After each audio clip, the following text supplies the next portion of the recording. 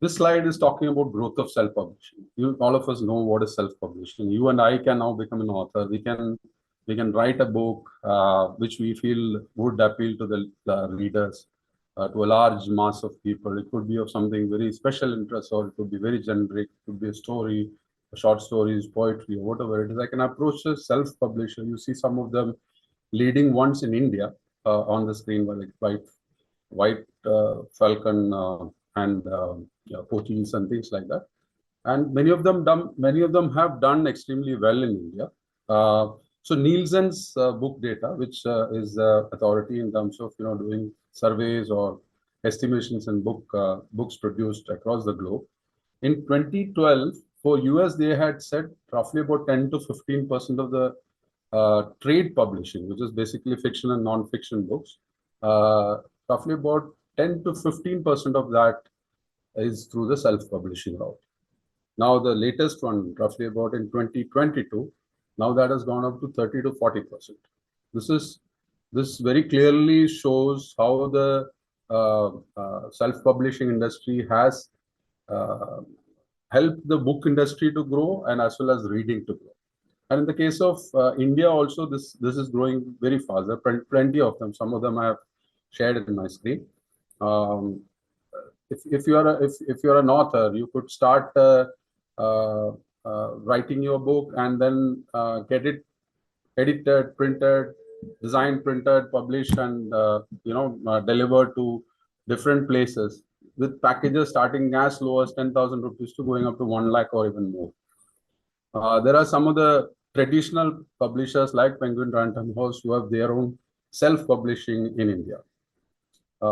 What is the biggest opportunity waiting for us in India as the self-publishing is concerned?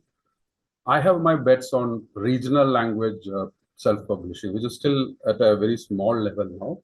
Look at all the regional printers, all of us speaking different languages, coming from different parts of the state.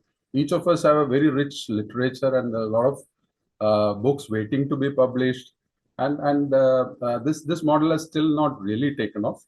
What you see as self-publishing in India is mostly in English. So you'll see that Notion Press, one of the biggest players in this, has already published about 30,000 books. And then Pothi, the numbers is close to 20,000. And Blue Rose, it's about 15,000. Let's look at the next trend. And this is the most fascinating of all of them, customization. 20 years back, I would have never imagined something like this is possible. This is absolute personalization. You would Wonderably is a very well-known customization book publisher. They have a book called as Lost My Name, and that's a book where you go to the website. It's a must visit in case anyone of you have not seen it. If you read books or whether you are into publishing industry or your printer, you must see this website. You can go and check this book called as Lost My Name, where a child is supposed to pass through a lot of tasks, identify what are each alphabets of her or his names, and then finally you get into a case where the name is coming out. So you get your name back. And this is personalized, this is customized for you. And there are multiple other kind of activities where you can take part, and then you do this design on their website, and the book gets printed and sent to you. And I think it's about $40 or something like that in the US. I'm sure they are in India also. And any idea, a book like this, which is very specialized, customized, what could be the number of, and definitely this is a book on demand model where when you are creating a book for yourself, it's only going to be sent to you. I mean, you're not going to share it with somebody else. It's a very personal kind of thing. And the best part of it is this particular title, Lost My Name by Wonderably. It has sold about 4 million copies so far worldwide. Each one is one book at a time. So this is one of the biggest trends that is going on, and there are plenty of these publishers. I have mentioned some of them, the Book for Everyone, and so on and so on. You could have a book made with your favorite Marvel superhero. Your child can, I mean, the way the kids can be introduced to books and book reading and this entertainment and all that kind of experience That's completely changed around by this kind of possibility of personalization. I will go to the next market trend. Sriram, should we take any questions as they come, or we can just go on like this? Yeah, I think we can go on like this, Sajid sir. We will take questions in the end so that it doesn't break your flow. Yeah. So the fourth one is educational sector, which is the largest for us in India.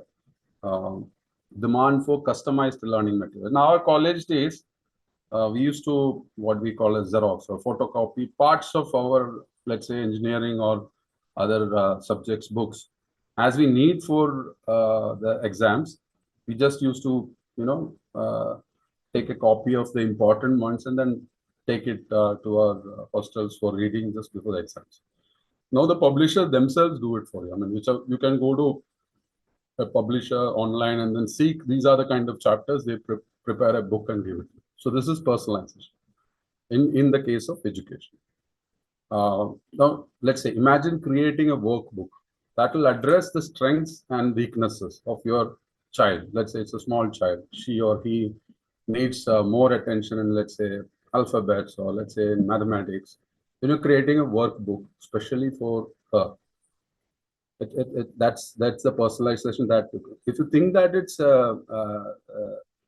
fantasy, then you're mistaken. It's already this is called as segmented or group personalization. For a type of people, a group of people, you can personalize your books. So that's what personalization can do for your education business. As you know, India is one of the largest publisher in the world, one of the largest, I mean, probably the largest publisher of English after US and UK. And if you look at consumption of books in India is also growing. And the educational infrastructure now we are talking about is roughly about 1.5 million schools and roughly about 265 million students enrolling. Now look at a scenario where at least in schools where we need to customize the textbooks. That itself is being looked at as a huge opportunity. So many of these numbers I have taken it from some of the surveys already done. So I have given that as a reference also.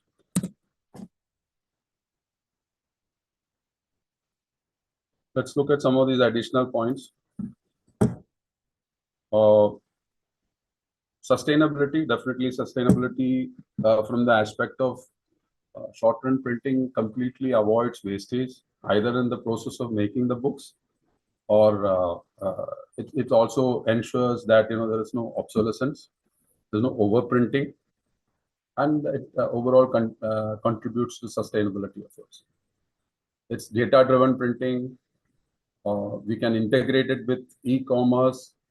You see a lot of anti-piracy measures, either by way of personalizing them or by way of ensuring that there is always a book available in the market. Like, I mean, we talked about e-commerce some time back. Something which is very clear with them is that if you have a list of books, then none of them can be out of print. So even and at the same time, they would not allow you, or you yourself will not like to hold a huge inventory of these books. The only way to do that is by ensuring that you print as the demand comes in, whether it is short run or long run, and then supply to the end user. Corporate printing is like all of us need a lot of material, training manuals, branded merchandise. This is again going to be in the form of short-run printing.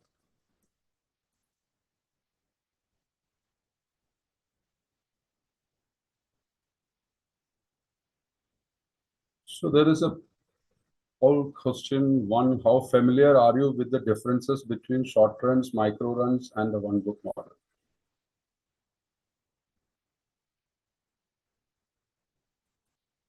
All of us can take that. It says host cannot vote.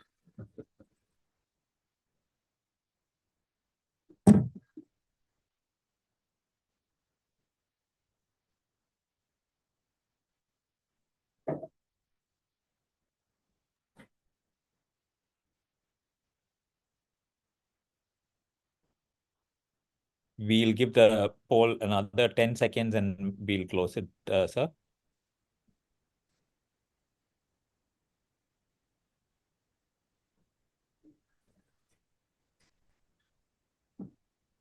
Yes.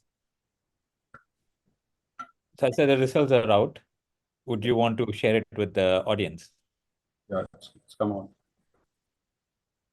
That's good.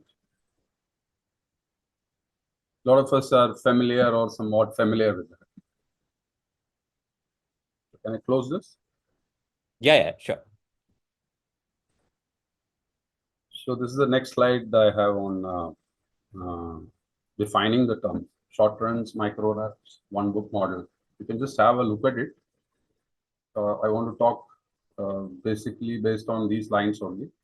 We have talked about many trends. One is e-commerce, self-publishing, personalization in education, and so on and so forth, like corporate and things like that. All of them can be slotted into either short runs, which we call from 50 to 1,000 books. Nowadays, there are inkjet printing solutions which say more than 1,000 also, it can match the prices. But for the reason of keeping the terminology as short, so if you're getting into 2,000 books, then I would only say that inkjet printer is able to do long runs or medium runs. The runs, we will stick to saying that 50 to 1,000 books. Self-publishing, reprints, small publishers with niche titles, limited edition prints, regional textbooks updated. So we have a lot of our customers who get jobs from coaching classes, like the chartered accountant coaching classes. From a limited school perspective, they might need 100 books, 200 books kind of thing. Short run has made their life very easy. When it goes below 50, then the challenges are higher. You might need a different perspective to look at it from the kind of production that is needed.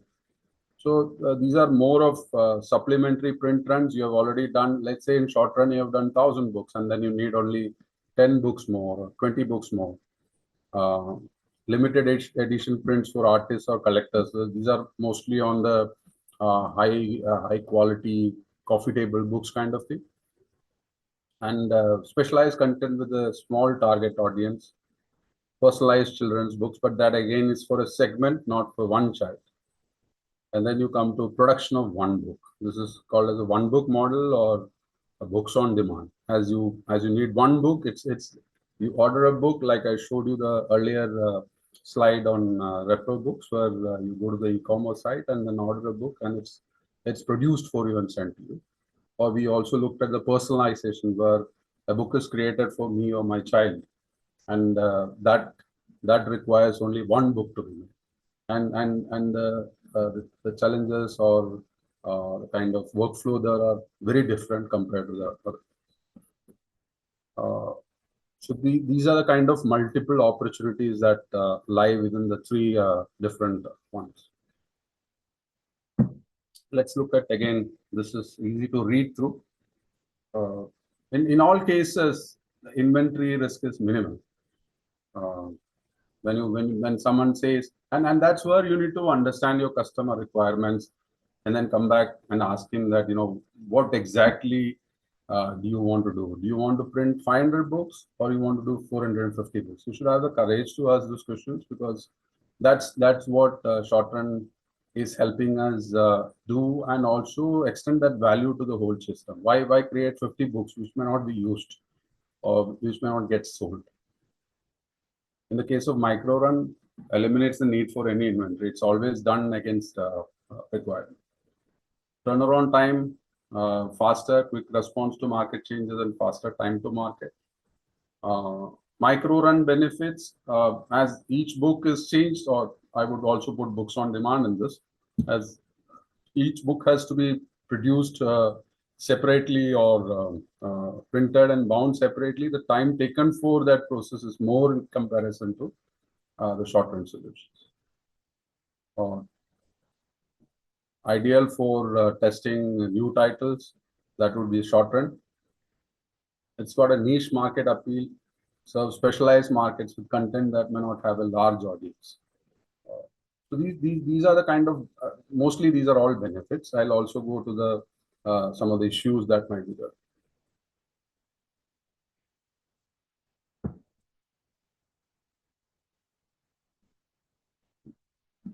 These are the challenges.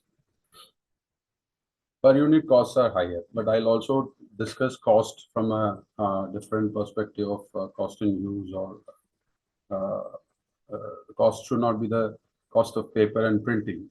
What you are saving in the value chain is much higher in comparison to the small price that you pay for it.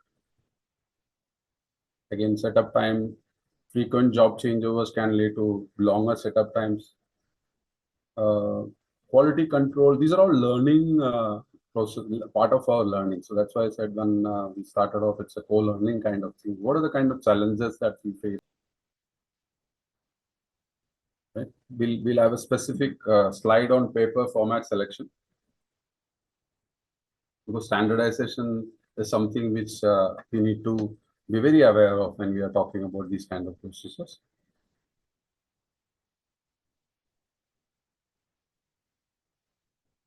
Sorry. One book model, which is very different per se in terms of, it's still not other than Repro and I think Manipal.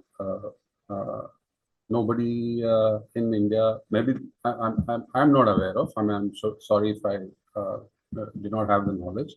The one book model is where only one book is made at a time. You need to ensure that the book block matches the cover. You need to ensure that the first book is right. You can't have, it's zero wastage that is possible. If you look at it, the viability in India, it's still growing, because the cost of or the last mile delivery, there are a lot of challenges in India. Yeah? And if you ask the question whether if you print a book in India, will it be having only one reader? It's very rare. I mean, I think that would be more towards those kind of personalized books, and we could always find another reader the next day itself. So based on this, the print providers or the solution providers might be printing 2 or 3 copies instead of one book, and then ensuring that the other books are going into the warehouse or storage, which is based on the kind of demand for such books. So this is still evolving in India. It will get more and more important as this personalized books become the in thing. You know, I mean, I can really see the young kids catching on to the personalization in books. So if you see case study, Pearson Education had a zero inventory model in many countries, and I think they and another publisher had books on demand system in their warehouse. So if any demand came in, they used to produce this and supply. This is very similar to the packaging machinery manufacturer whom I spoke about earlier, where it's a very large company, and for certain machines, they do not maintain any parts. Parts are made using a 3D printer and then sent to them. So Pen Wizards, My Adventure Book. These are the Marvel series where a superhero, you know, moves about with your child, and then there is a story built around that. So this is again a one book model.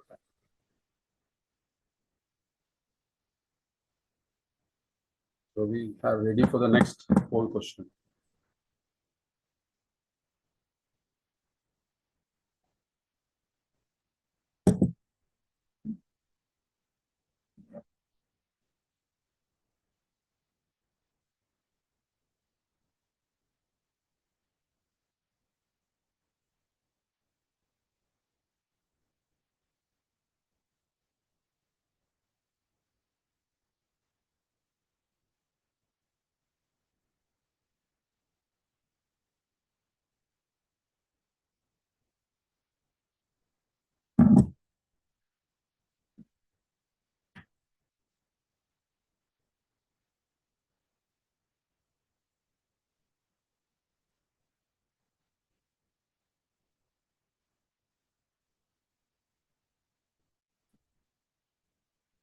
Is the poll done with? Yes, it is done. Reducing overall cost is the biggest challenge. Yes, maintaining consistent quality, meeting market demand quickly. I assume that these are from all different types of printing. And the moment you go into short run and books on demand kind of thing, there will be important steps to take in terms of your own inventories. You are helping reduce the inventories in the whole supply chain by not having physical books sit for long in your warehouse or your publisher's warehouse. But you need to do it yourself also. You need to ensure that the paper you use or the chemicals or whatever is used in your process of printing them, you standardize on them. You can't have multiple choices at that kind of. So it's a whole value. That's where the whole thing becomes sustainable.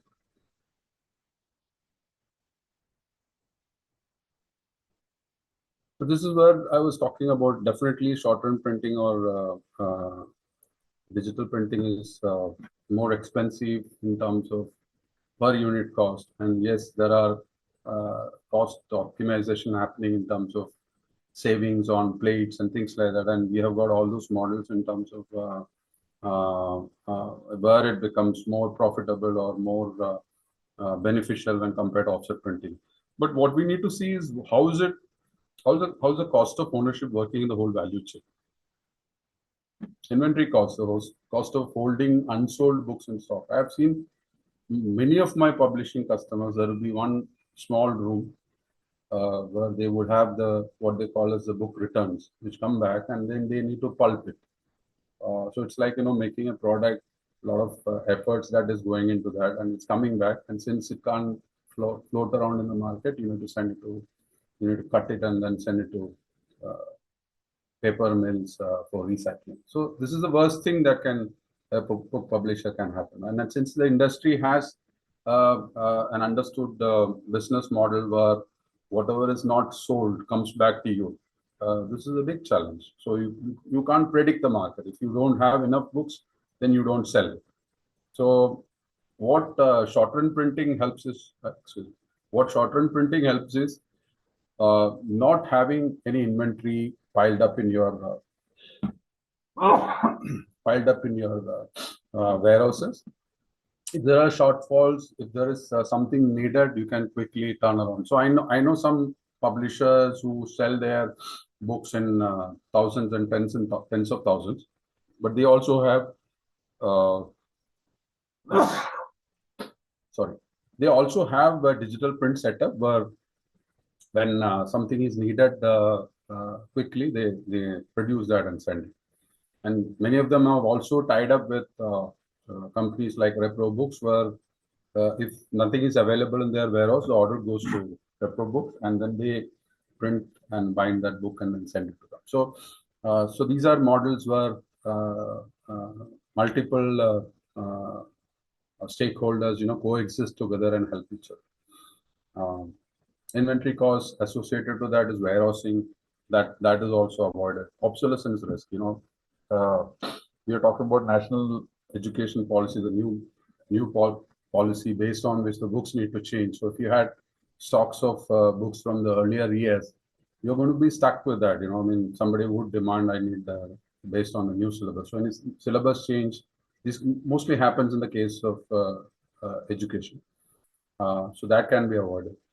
Shipping costs, moving it from one place to another place, warehouse, and then again moving it to a retail shop, getting it back, lot of returns, all this kind of costs associated with shipping can be avoided. So there's a lot of huge savings in all these kind of things. It's not about so for which I personally, or we personally should ensure that there's a value demanded by the system in whole, because we are saving lot of these costs.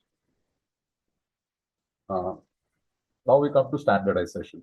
I know offset printing, where I've seen many of our customers having huge warehouses with multiple types of paper, different sizes, different bulk, different coated, uncoated, and within that hundreds of variants kind of thing. This cannot happen in digital printing. And I think digital printing is leading standardization in printing globally. Even textbook printers and the long run printers are also learning from this process of, if digital printing could do it, why not? The personalization is related to the content or whatever you're talking about. It's made for a segment or for certain people. That's where the personalization comes in. You don't need a personalization on format, have something which is plus A4, minus A4, and these kind of things. So standardization is very important, which will ensure that you don't need to keep changing the reel when a book is changed from one to another one, and material formats, all these things lead to a reduced cost and also improve the quality. So standardization as well as digital printing is concerned is a must. You can just have a look at these. These are the cost benefits of short-run digital printing. Most of us would be knowing about these things. Anybody interested, we can share this slides. Consider these as just beginnings made by us in terms of understanding this business from our past experience, as well as looking at it from the perspective of India. There will be a lot of changes happening because it's much easier when you are delivering certain things, fulfillment through the digital way. And something which I would like to take time and say that it's not just the equipment that you should look at it. The business model is very important, and also have a place, virtual place where you could interact with your customers. So best thing I would say is you should go and see the websites of the self-publishing companies as well as the personalization companies. That's something which you should definitely look at. As a printer, you should have something where your customer can ask questions, order things, and you can give them a lot of feedback on what to do in order to do this better and things like that. So that's where the whole process. So before you invest in a huge, a lot of money on an equipment, I would say that you should also look at these kind of software aspects of it, which would finally ensure that you do a business on a consistent way and remain profitable. I'm not reading them again because we have covered in this. Now, I've covered my part of the subject. I would give it to my colleague Suresh, who will handle a couple of slides on book binding. In the meanwhile, you can take this forward.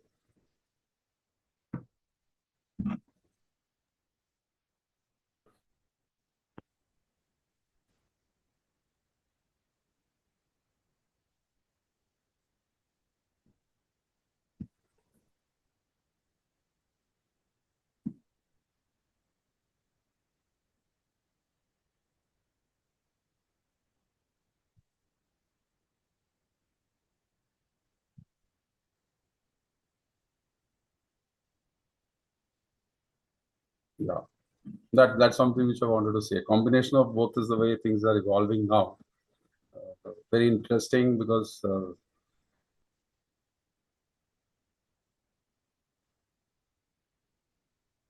this is what we are talking about. Offset is best for 2,500 plus copies. Ensures uniform quality and long shelf life and things like that.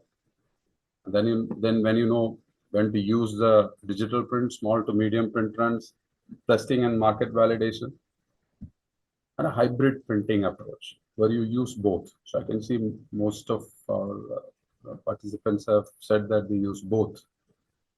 So just an example is a mid-sized publisher might launch a new book title with a short. Thank you, Sajid sir, and a very good evening to all participants. But when it comes to highly coated paper, it becomes challenging. So it is always better to, not always possible. What we do is normally it's always preferred to have a better adhesive and a better spine preparation, which can eliminate all those challenges when it comes to cross grain. So that's otherwise it is always better to go for parallel to spine grain direction. As far as ink coverage, it's always better to avoid high ink coverage closer to the spine, which leads in cracking, peeling off, and it may react with the hot melt. which we call it as a solvent attack. Even though in digital it's all water-based ink or the toner, but still, the inks travel to the fibers and remains there, which may not adhere to the spine well with the adhesive. So it's always better to have a proper margin and not very close to the spine. Perfect binding, as everyone knows, the evolution started off with the EVA-based chemistry, which is clean vinyl acetate. But the latest technology which has come in perfect binding is the polyolefin chemistry, which is, in short, you can also call it as PO.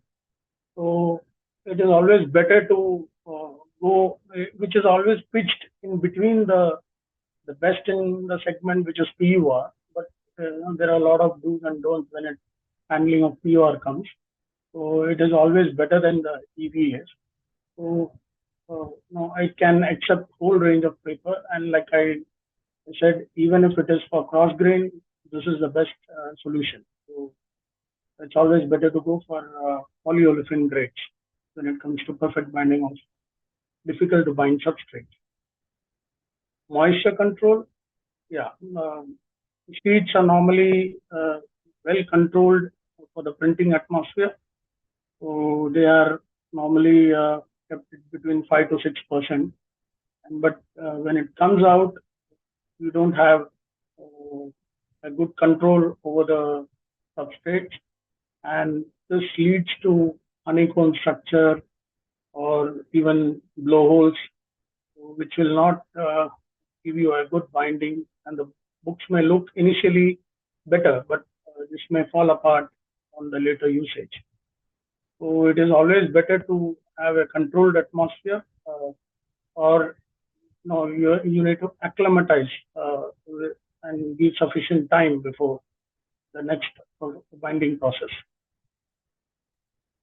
Conduct binding trials, that is I explained before. So before going into full production, it is always better, or else you have to keep a data where you are able to understand for this particular paper grammage, what is the result, which had come before, and keep that as a benchmark, or else you need to have a trial run or the binding before the full production happens. Monitoring binding quality regularly is one of the key aspects of quality check. So that is, you need to slit the book, check the layer, or which is with a dummy, or which is already there as a reference book. So that can be as a benchmark for the regular production. Spine preparation, this is the very, very important aspect when it comes to perfect binding. So the spine preparation is very critical, and this is to generate the maximum fibers for the adhesive to adhere. And this is normally you need to have what you call a perfect layer. So your equipment should be able to do that. And the most important aspect is the notching, and which creates more surface area. And the adhesive application can be done so perfect that the pages don't come out, and it can give you a very high page pull value. Next slide.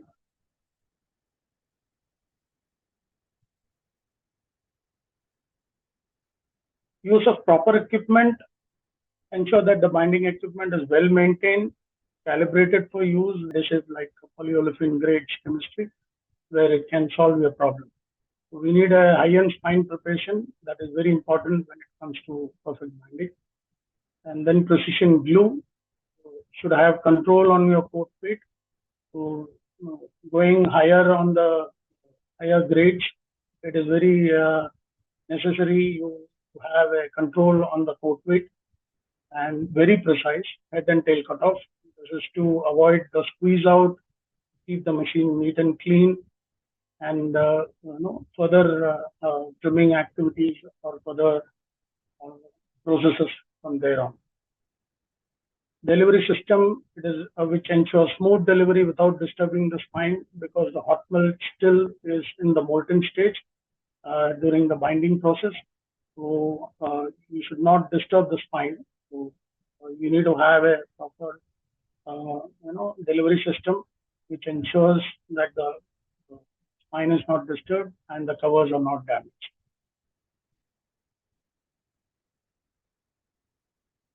Over to you, Sajid sir. Thank you. Thank you, Suresh. I'm sure we can take questions later on the same subject. I'll just run through the key takeaways from this seminar. We have tried to understand what the market is and what the market trends are.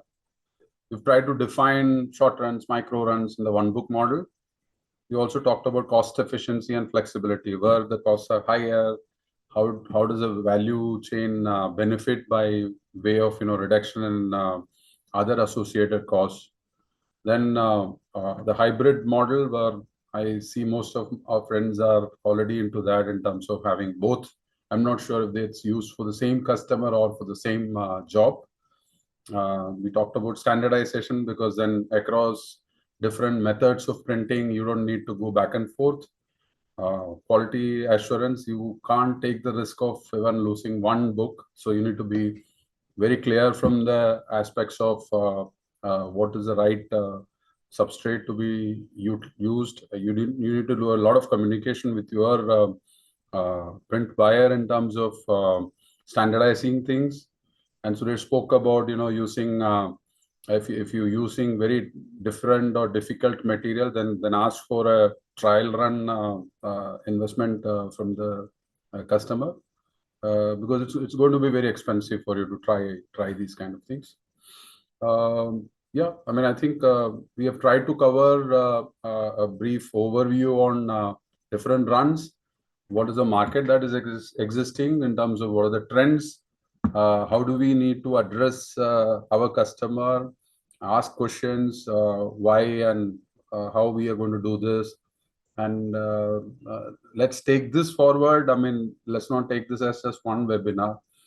We are opening a QR code where you could keep sending us questions either on the technical side or on the business. If you do not know the answer, we'll ask some of you only and get the answers, because as an ecosystem, we need to build this faster. And digital or short-run print is going to be very, very near to the customer in terms of delivery models. So you'll see many multiple centers blooming up in India for any kind of digital print player to be. You can't be expected to take the logistics, take 48 hours for shipping. So these are very exciting period. We will open this up to questions. Before that, I am just sharing a QR code. You could click on this. I'll keep this on so that as you send the questions, you can still do this. This is a WhatsApp number. You could register, or you could just send us a hi there. We will continue to forward you all our learnings, including this presentation that we have made here. And we will be happy to take your answers even after this webinar is done. So Sriram, over to you. I mean, you can see the questions. Yes. Yes. Again, this is an amazing initiative that you are opening a WhatsApp forum where all print lovers and people who all have questions on binding can look forward to hearing from you and the experts from your team. Thank you so much, both of you. Yes. Anything related to short run or digital book printing, I mean, may not be just binding. We could also, we are also seeking guidance and consultancy from some experts in this field, both in India and outside India. Their services would be open to all of us in terms of how to do this right. You can rest assured these information will remain with us. We're not here to sell the machines. That anyway you help us buy from us. We are here to grow this opportunity in India as a big movement. Thank you so much. Again, great session, both of you. Lots of clarity about how to optimize production processes, reduce cost, and maximize productivity in the on-demand era. I feel clear definitions are a must. Also, each serves distinct market needs, and understanding these differences helps in selecting the right printing strategy, is what I feel. One quick question, Sajid, sir, before I start looking at the questions from the audience. The bindwel mantra at the Drupa show was 7 out of 10 books produced in India have been touched by bindwel machine services or adhesives. The question for you, we see many deals happening in book printing, be it offset or digital, and a lot of interest in specialized bindery. The new education policy should provide an opportunity for more book printing. The targets for 2030 show that textbooks need to fulfill the requirement of 1.5 million schools plus. There's the world of book exports. In a world of 24-hour turnarounds and same-day deliveries, what is the profile of book print firms that are opting for your single clamp machines, and what kind of book applications are we seeing? So our single clamp, I mean, I think there's a lot of data and questions in that. I'll start from the last. The single clamp binders, we sell it to either digital print shops, which you see, I mean, we have a separate brand to address their requirements called under Siglock. We sell a lot of single clamp binders to all the small Xerox shops or photocopier shops as they used to be earlier. We also sell a lot of single clamp binders to offset printers who want to insource whatever small binding that they do.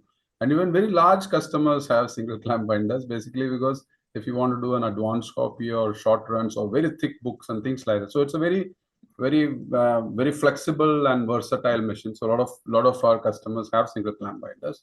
And yes, definitely the scope for growth in book printing in India, in volume wise, it's going to be driven by textbooks. We have a gross enrollment ratio of 2.7 now. So when roughly about 250 million students join the first standard, in the whole school system, whoever joins in the first standard, by the time you go to the 10th standard, only 2.7 is passing out for every 10 students who are joining in the first standard. So that's a pathetic story about how we are now as compared to 8 or 9 in the US and things like that. So the government has a plan to increase that to about 50%, which means at least 5 students remain. That itself is going to double the requirement of textbooks. Exactly. We've not seen anything replacing textbooks yet because we have seen all the digital devices fail, where textbooks are the way forward. That's one exciting phase in terms of volumes.